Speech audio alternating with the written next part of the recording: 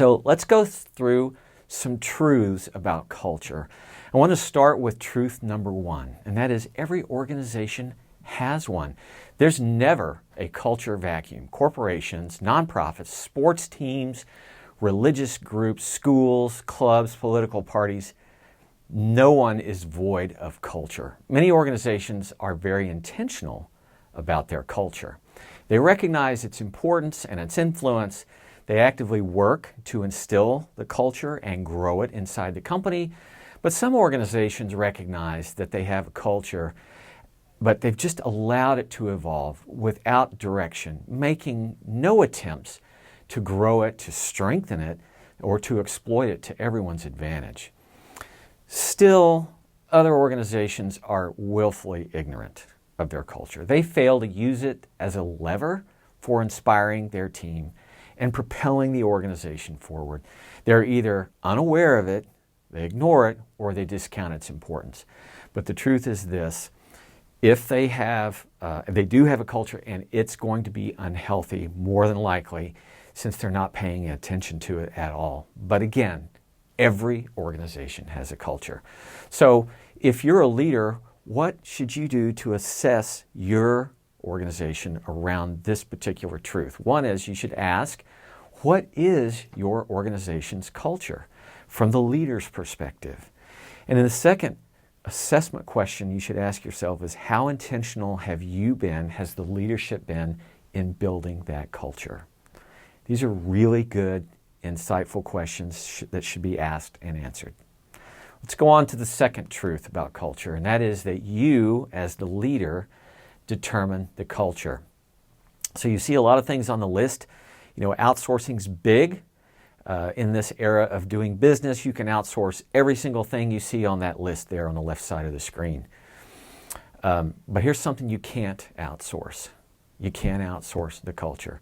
The cultural buck stops with you, the leader. Cultural direction set at the top. So the CEO, the president, the teacher, coach, director, dean, captain of the team, or any other leader has the greatest influence in determining culture. Good leaders recognize this role, and they constantly model the culture. They nurture it. They actively promote it within the company, within the organization to get buy-in. These leaders cast compelling visions, and they build value-based cultures to achieve that vision. So this process includes identifying the key elements of the culture, measuring it, and managing those elements. The goal is not just to make the company a better place to work, but to engage employees and drive their performance up. Leaders don't have the option of outsourcing that role when it comes to culture. Those that try to fail to realize that the rest of the team is still going to look at them for direction and insight about the culture and how they should behave. So what are the assessments you should do around this? One is, what or where is culture building and nurturing on your list of priorities as a leader?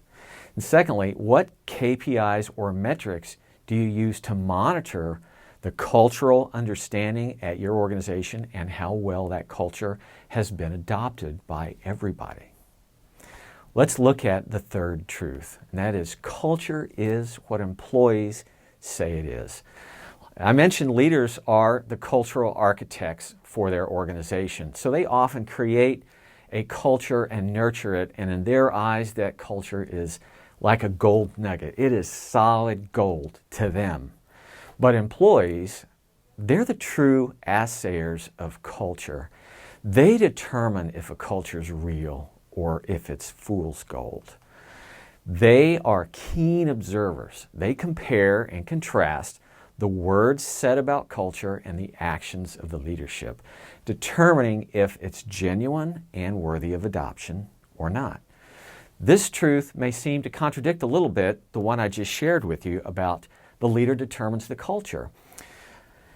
What this really means here is that employees are watching and they listen carefully to how leaders are modeling culture. Leaders who say one thing but then do another are effectively telling their teams, this culture stuff, it's for you, it's not for me.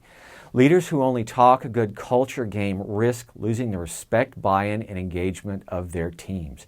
Culture is not just something that leaders talk about, it's what they do. Any inconsistency confuses the employees, who then are left to try and figure out culture on their own. What does it mean? How do we behave? What should we make of this? This usually leads to suboptimal performance. It can lead to disillusionment, morale problems, and even employee turnover. So these impacts are not just confined to employees, but ultimately it trickles all the way down to where your customers feel it and experience it too. So how should you assess how your organization is doing in this area? One is you need to find out, what do your employees say the culture is? How aligned are their views of the culture with yours? And what gaps exist between their view and your view? Let's look at the fourth truth, which is culture is modeled, not decreed. Organizations will carefully and thoughtfully document their culture, making it easy to reference and share. That's a good thing. By the way, Netflix puts its cultural manifesto on the jobs page of their website. It's easy to find, and all prospective employees can take a look at it and decide if they want to be part of a culture like that. It's a good thing to do for organizations to formally communicate the culture. But we've got to remember, words have less impact than actions. So what the culture poster in the break room says is meaningless if management's actions conflict with it. Actions are always going to trump the words.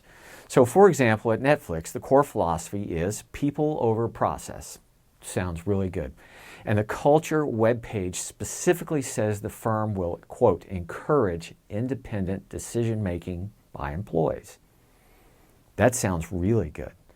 These are great words, but should employees ever see a manager rebuke an employee for doing just that, the team's going to conclude the words aren't real, and it will undercut the entire culture.